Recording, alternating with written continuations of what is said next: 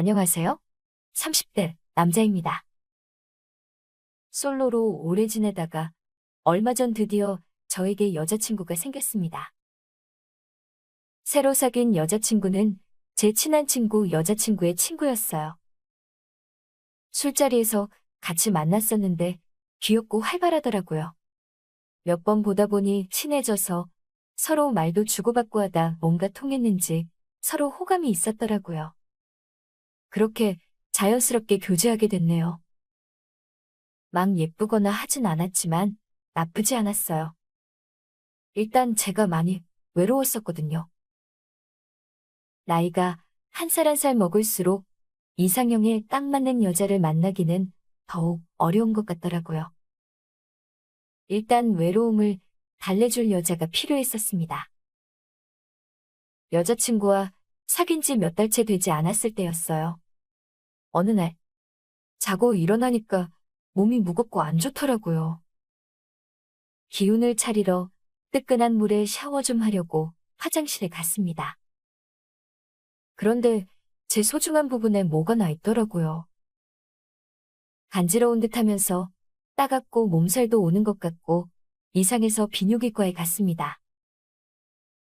어릴 때 고래 잡아본 후로는 처음 가는 것 같은데 매우 긴장이 되더라고요. 더군다나 이상한 게 나서 왠지 모르게 부끄럽더라고요. 김진성님, 안으로 들어오세요.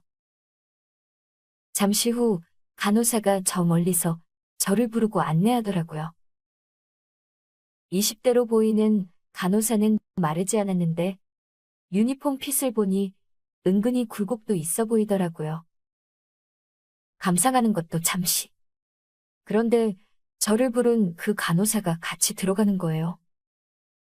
뭐 그러려고 저를 불렀겠지만 이곳은 비뇨기과라서 같이 들어가는 게 창피하더라고요. 혼자 들어가고 싶었습니다. 고개를 살포시 숙인 채 진료실 안으로 들어갔습니다. 환자분, 어디가 아파서 오셨나요? 네, 그게 저. 아래에 뭐가 났는데요. 따갑고 아프네요. 응? 어디 한번 봅시다. 잠시 후 의사 선생님은 저희 아픈 곳을 진찰하였고 옆에서 그 간호사도 묵묵히 지켜보고 있더라고요. 땀이 한 바가지 났습니다. 진찰을 마친 의사 선생님이 말하셨어요. 균이 침투한 것 같네요. 아주 나쁜 녀석은 아니지만 치료는 해줘야 되는 병균이에요. 일단 약 처방받으시고 당분간 내원하셔야겠네요. 의사 선생님은 쿨하게 말씀하시고 다음 환자를 받더라고요. 뭐 자세히 설명해줬으면 좋겠는데 짤막하게만 말해주고 가더군요. 생소한 병명을 얘기해줬는데 영어라서 금방 까먹었어요. 주사를 맞고 가라 해서 주사실에 갔습니다. 나름 튼튼했어서 어렸을 때 이후로 엉덩이에 주사 맞은 적이 없던 저는 그때 어설픈 실수를 하고 말았습니다. 간호사가 주사 놓기 전에 바지를 내리라고 했는데 살짝 내려야 되는데 제가 어디까지 내려야 되는지 모르고 그만. 간호사가 주사기를 들고 오다가 그 모습을 보고 흠칫 놀라더라고요. 환자분 조금 더 올리셔도 돼요. 아이고 죄송해요. 진짜 몰랐어요. 일부러 그런 게 아닙니다. 괜찮아요. 그런데 진짜 모르셨다니 귀여우신 분이시네요. 비뇨기과에 처음 오고 주사 맞는 것도 어색하고 너무 긴장돼서요. 이해해 주세요. 네, 알겠어요. 그런데 원장님이 말씀하신 균은 어떤 건지 자세히 아시나요? 글쎄요. 제 면역력이 약해져서 오는 거 아닌가요? 아니에요. 그건 상대방 여성분이나 상대 남성에게 옮기는 거고 환자분이 걸리신 그건 주기도 짧아요. 잠복 기간이 길어야 3개월 정도 되는 거래요. 그러니 여자친구 계시면 확인을 해봐야 할 것 같아요. 네? 정말인가요? 저는 머리가 한 대 맞은 것 같았습니다. 집에 와서 검색을 해보니 정말 간호사의 말대로 거의 대부분이 상대에게 옮기는 거더라고요.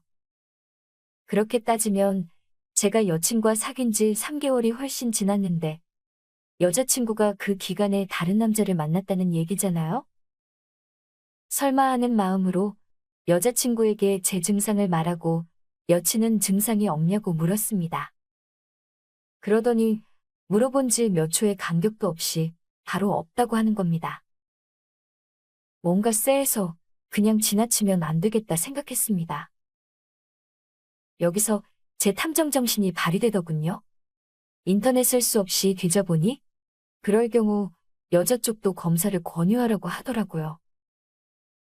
저는 여자친구와 병원에 함께 갔고 얼마 지나지 않아 검사 결과를 받았습니다. 여자친구도 저와 같은 종류의 균이 검출됐더라고요. 항상 밝았던 여친의 얼굴이 어두워졌습니다. 이렇게까지 해야 돼? 그래 나 예전 남친 잠깐 만났었다 어쩔 거야. 걔랑 정리하려고 했는데 끈질기고 고집적인 지금 네 행동 보니까 그만 만나는 게 잘 된 것 같다. 헤어져. 뭐 이런 게 다 있는지. 지가 바람 펴서 고질병도 옮겨놓은 주제에 어디서 화를 내는 건지. 여친은 방구 껴놓고 성내는 여자였네요. 그래도 제가 그렇게 좋아하진 않았던 것 같습니다. 잘 가라고 하고 다신 보지 말자 했습니다.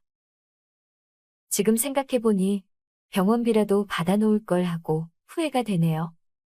생각만 해도 짜증나는데 몸도 아직 아프니 괴롭더라고요. 어쨌거나 빨리 치료하고 다시 새롭게 일상에 적응해야지 했습니다. 다시 가는 병원길. 가는데 저번에 그 간호사가 생각나더라고요.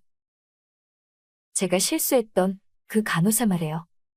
예쁘고 상냥했던. 그리고 제 은인인 간호사이죠. 그 간호사가 잘 알려줘서 제가 바람난 여친과 잘 헤어질 수 있었네요. 안녕하세요. 또 뵙네요. 네, 김진석 환자분 오셨어요? 저는 치료를 마치고 오늘도 주사를 놓으라고 하셔서 그때 그 간호사와 주사실에 갔습니다. 저 이번에는 제대로 내리겠습니다. 하하. 이번에는 제대로 배우셨나 보네요. 아주 바람직하네요. 그래요? 아참, 저번에 감사했습니다. 간호사님 덕분에 여자친구가 바람 핀다는 거 알게 됐어요. 잘 헤어졌네요. 그러셨군요. 저도 순수하고 잘 모르시는 분 같아서 꼭 말씀드리고 싶었어요. 저의 원장님 스타일은 그런 거 대충 둘러 말해주시거든요. 상태 보니 이제 한 번 정도 오시면 더 이상 안 오셔도 될 것 같네요. 한 번이요? 그럼 아쉽네요. 뭐가요? 지금 간호사님 덕분에 병원 오는 긴장감도 덜고 기분 좋았는데 막상 못 본다니까 아쉽다고요. 그래요? 저도 사실 환자분과 은근히 정이 들은 것 같네요. 그럼 밖에서 보죠. 어머, 환자분. 저는 치료 다 하기 전까지는 밖에서 볼 생각이 없네요. 제 말 무슨 뜻인지 아시겠죠? 네? 아, 알겠습니다. 그녀의 당찬 말에 참 당돌한 여자다 싶었습니다.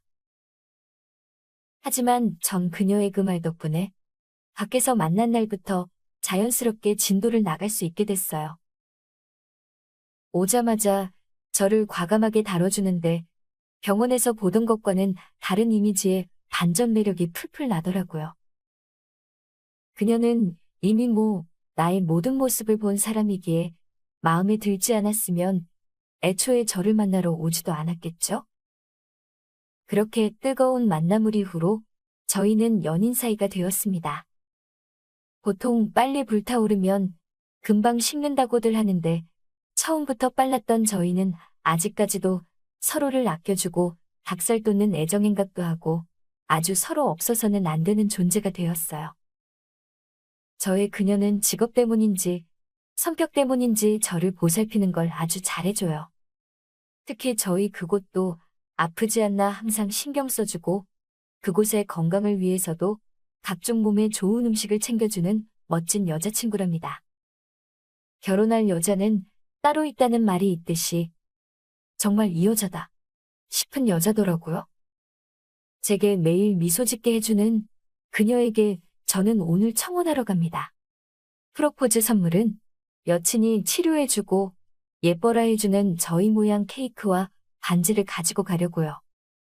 요즘에는 이렇게도 한다고 하더라고요. 어떤가요? 여친이 좋아하겠죠? 보통 사람들은 퇴근 후에 집에 가서 쉬기 마련이지만 저는 그럴 수 없었습니다. 출판사 교정부에서 일하는 30살 혜진. 남들은 안정적인 직장이라고 부러워하지만 마감이 있는 날엔 새벽까지 일하는 게 다반사였죠. 오늘도 어김없이 밤 10시가 넘어서야 아파트에 도착했습니다. 주차장에 차를 세우고 한숨을 쉬었습니다. 아무도 없는 주차장. 차 안의 조명만이 어둠을 밝히고 있었죠. 사이드미러로 제 얼굴을 봤는데 다크서클이 제 얼굴의 일부가 된 것 같았어요. 핸드폰을 보니 전 남자친구에게서 온 메시지가 있었습니다. 이번 주말에 짐을 가지러 온다고. 4년 사귀다 헤어진 남자친구는 제 옆에서 다른 여자랑 바람을 피웠어요.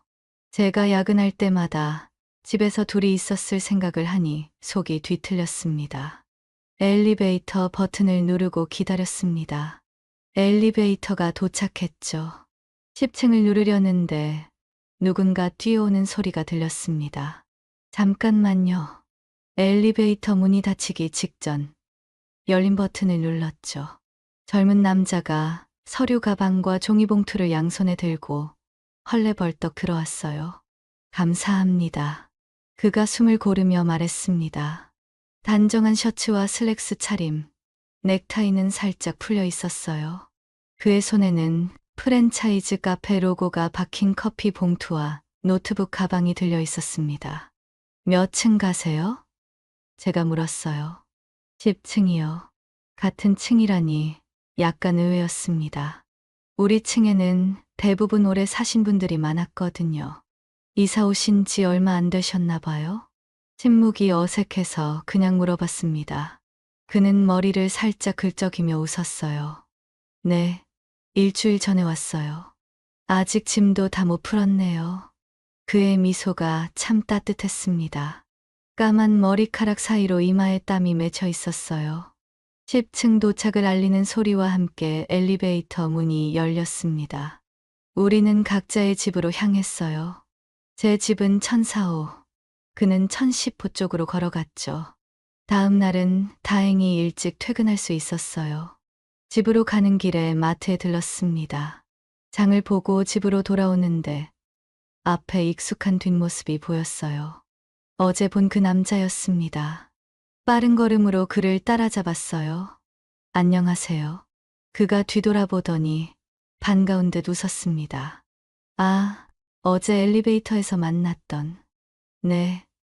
장 보고 가시나 봐요. 네. 어제 알려주신 마트 덕분에 잘 찾았어요. 고마워요. 갑자기 제 발밑에서 검은 고양이가 튀어나와 그의 쇼핑백을 향해 뛰어올랐습니다. 어머. 고양이가 그의 장바구니를 건드리는 바람에 바구니가 넘어갔어요. 우유팩이 바닥에 떨어지고 계란 한 줄이 깨졌죠. 우리 둘 다 얼른 쪼그려 앉아 물건들을 주워 담았습니다. 손이 우연히 닿았을 때 묘한 전율이 느껴졌어요. 그의 손은 크고 따뜻했어요. 잠깐 시선이 마주쳤는데 그의 눈이 참 깊었습니다. 결국 그의 짐 일부를 제가 들고 아파트로 함께 걸어갔어요. 걸어가는 동안 그는 자기소개를 했습니다. 저는 강하준이라고 합니다. 프리랜서 작가예요. 정혜진이에요.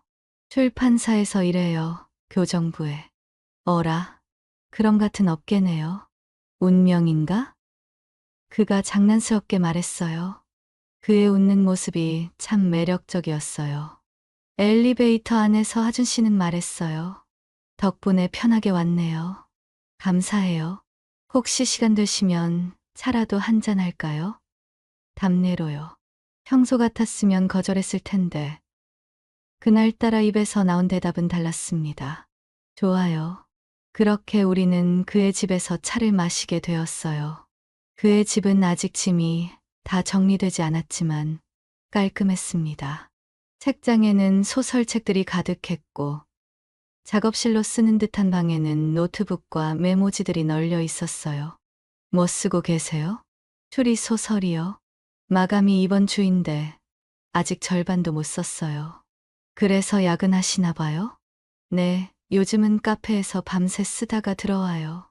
집에 있으면 집중이 안 돼서요.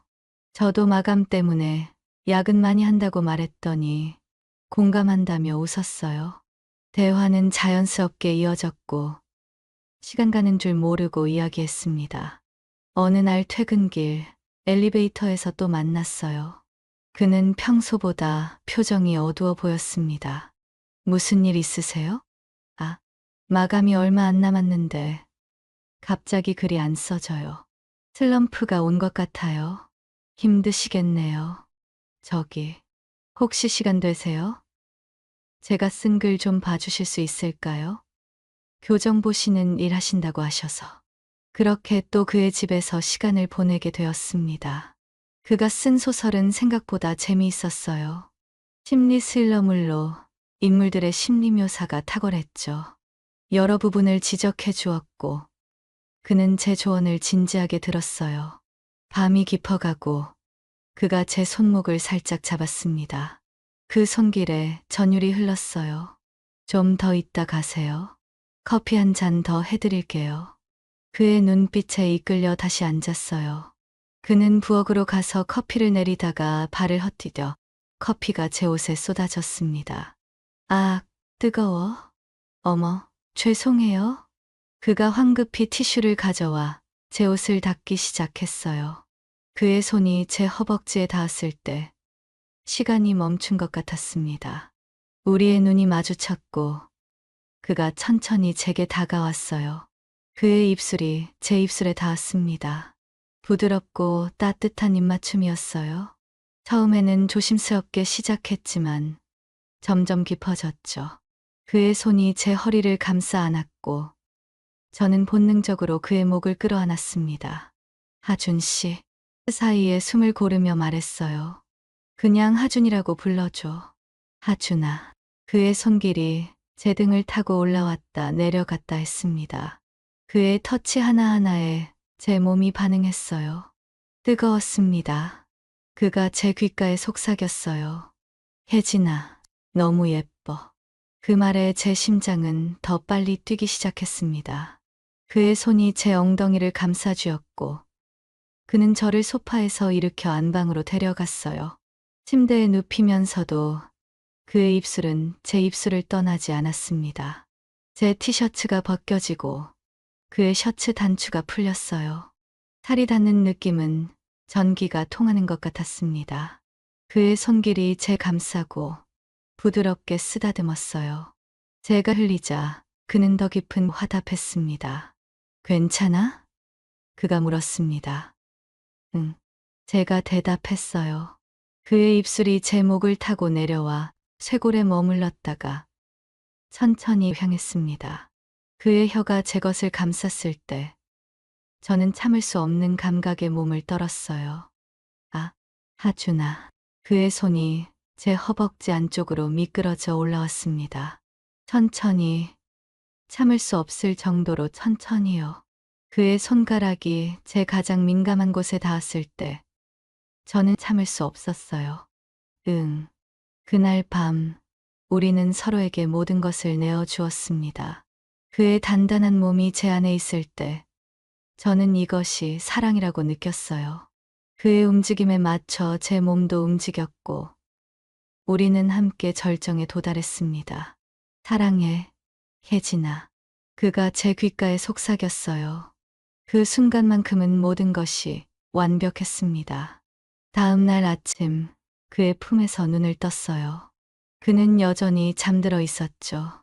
조용히 일어나 주방으로 향했습니다. 아침 식사를 준비하려던 찰나 그의 노트북이 눈에 들어왔어요.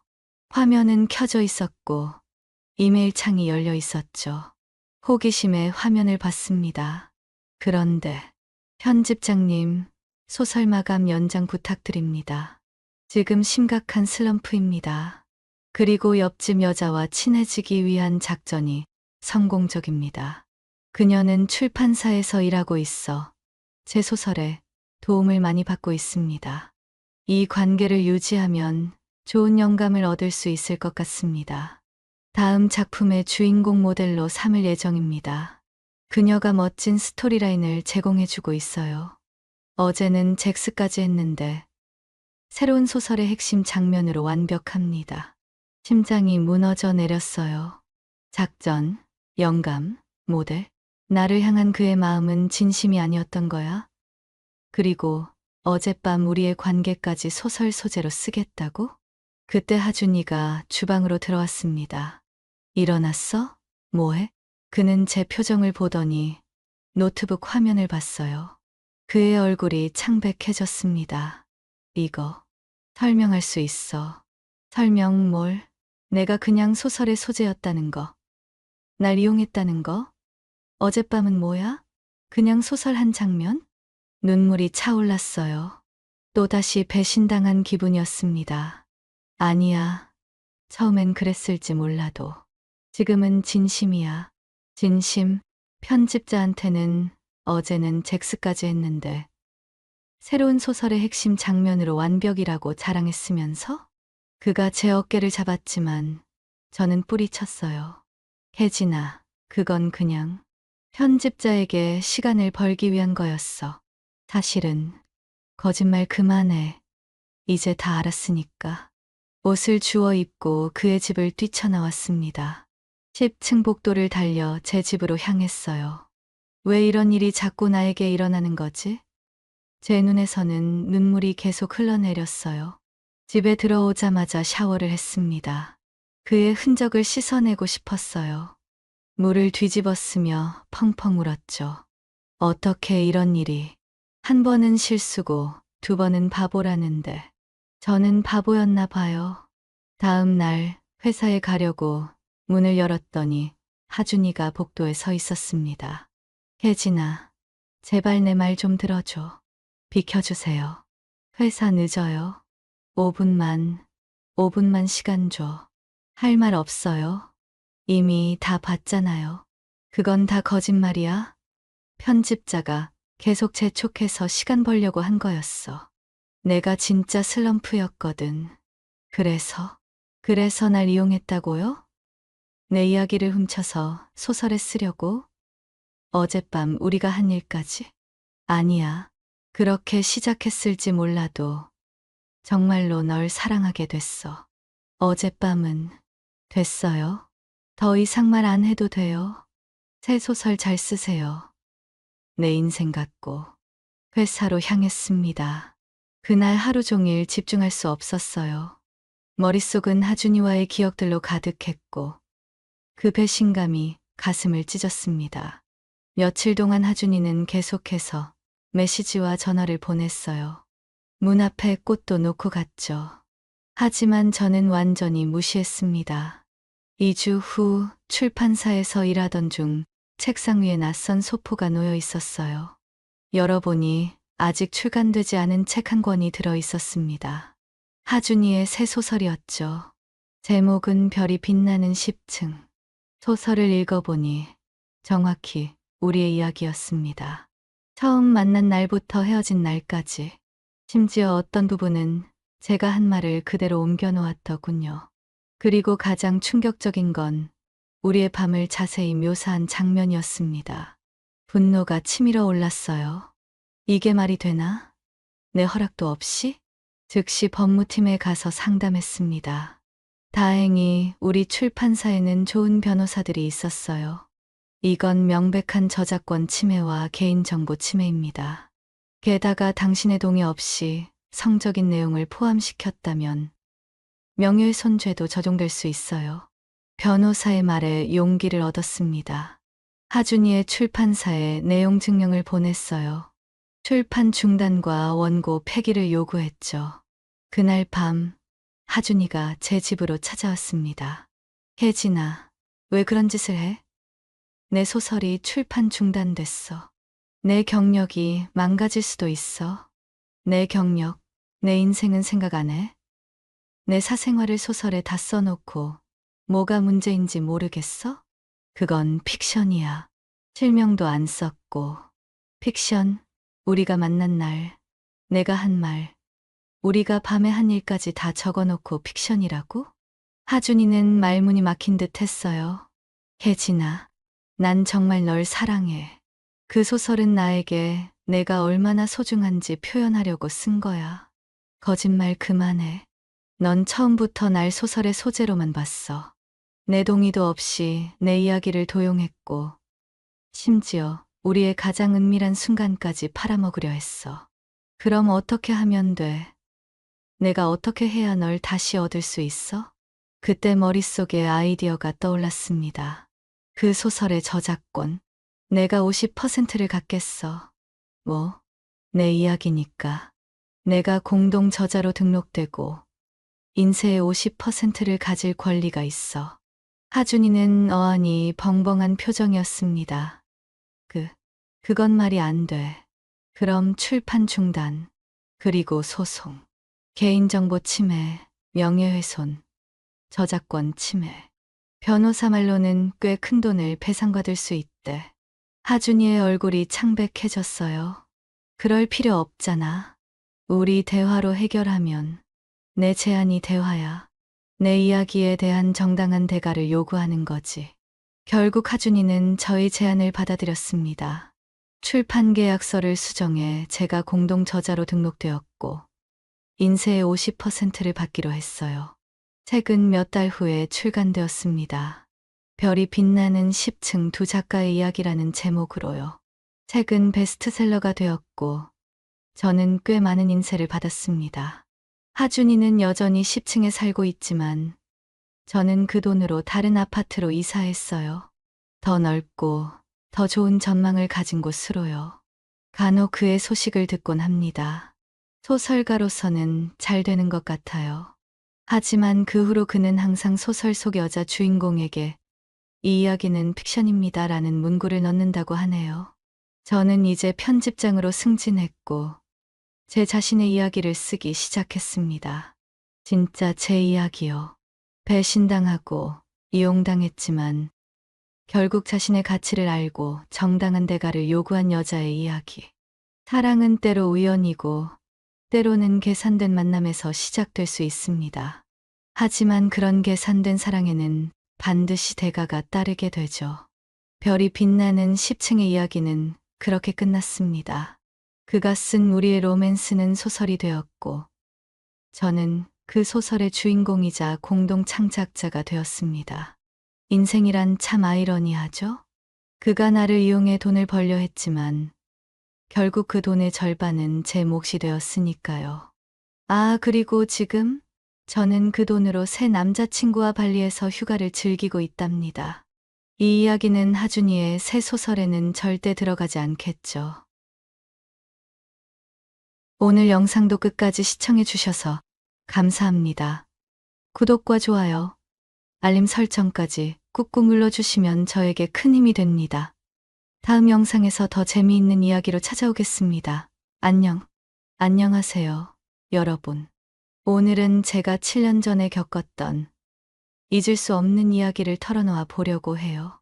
지금은 웃으면서 말할 수 있지만 그때는 정말 심장이 쪼개질 것 같았답니다.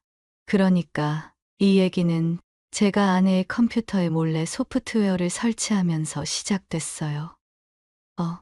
네. 제가 잘못한 거 맞습니다. 인정해요. 하지만 상황을 들어보시면 조금은 이해해 주실지도 몰라요. 아내가 조금 이상하다고 느꼈던 건 몇 주 전부터였어요. 뭐랄까, 집에서나 밖에서나 자꾸 제 눈을 피하려는 느낌이랄까요?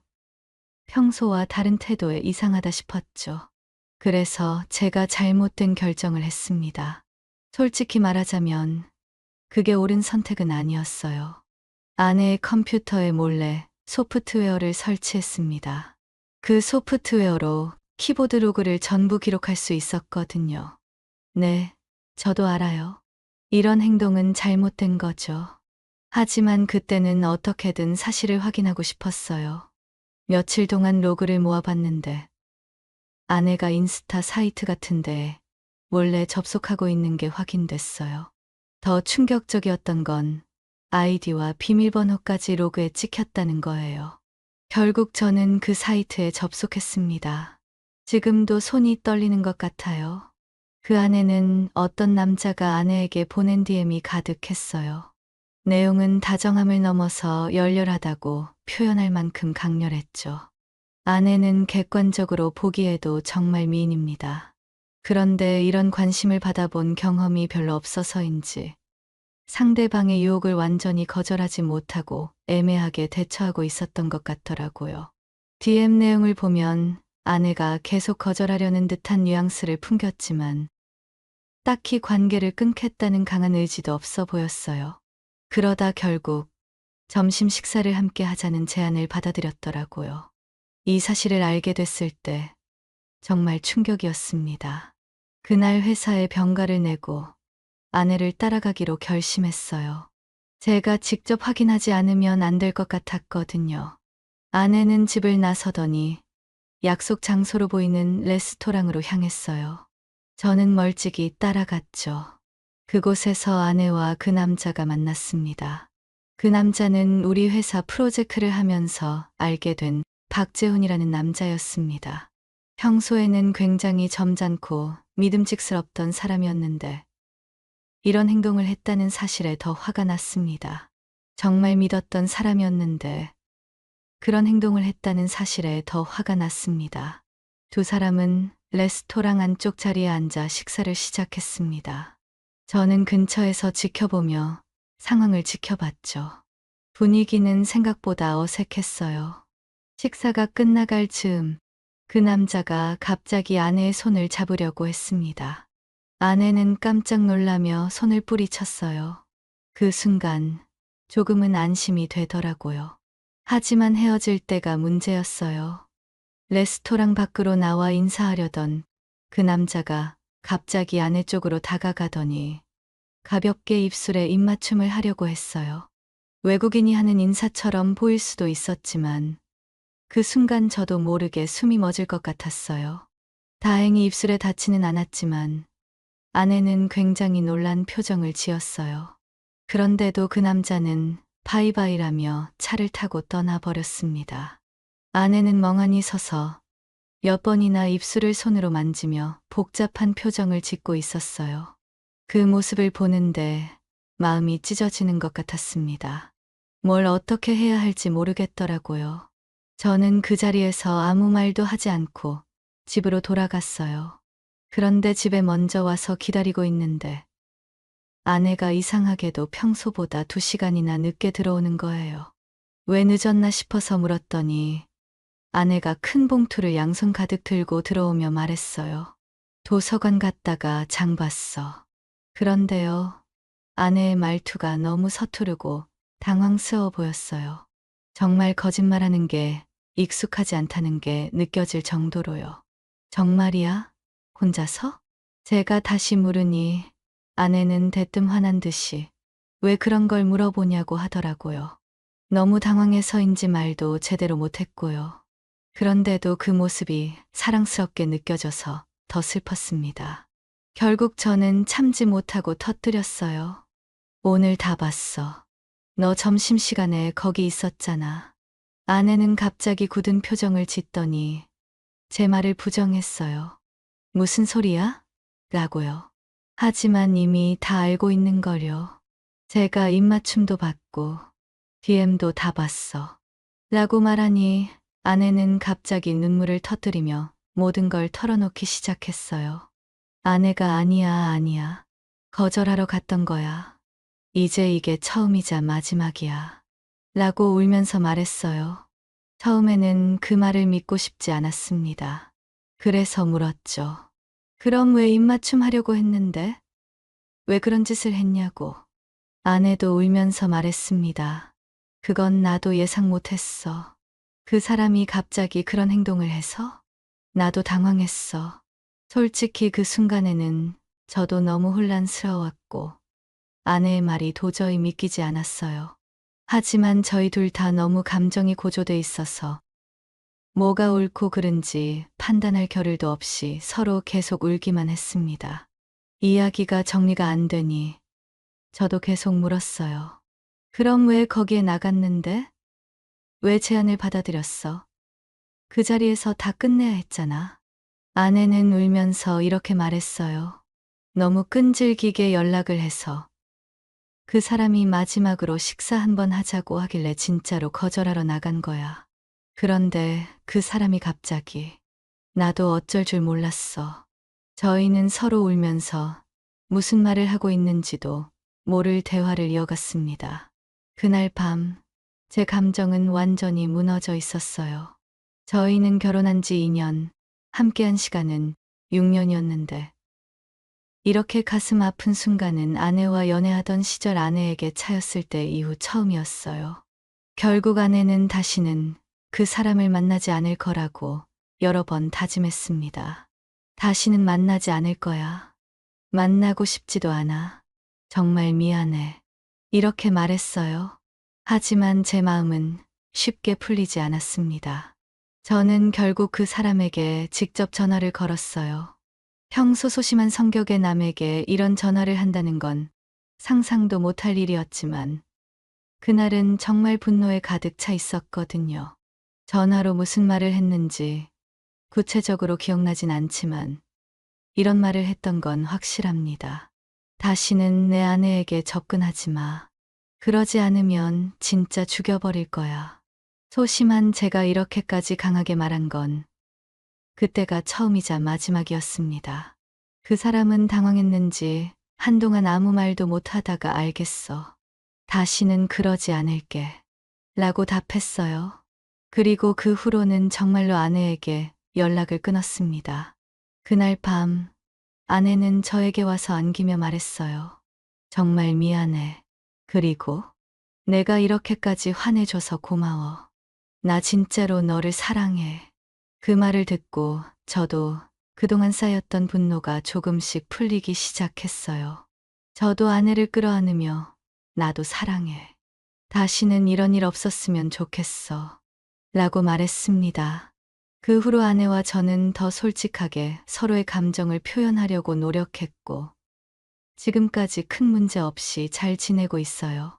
벌써 7년이 지났지만 그 일은 아직도 저에게 작은 트라우마로 남아 있습니다. 다만 아내는 그 일을 계기로 저에게 더 많은 애정을 표현해줬고, 저희 관계는 오히려 더 단단해진 것 같아요. 아내는 지금도 그때 사용했던 키로그 소프트웨어에 대해 전혀 모르고 있어요.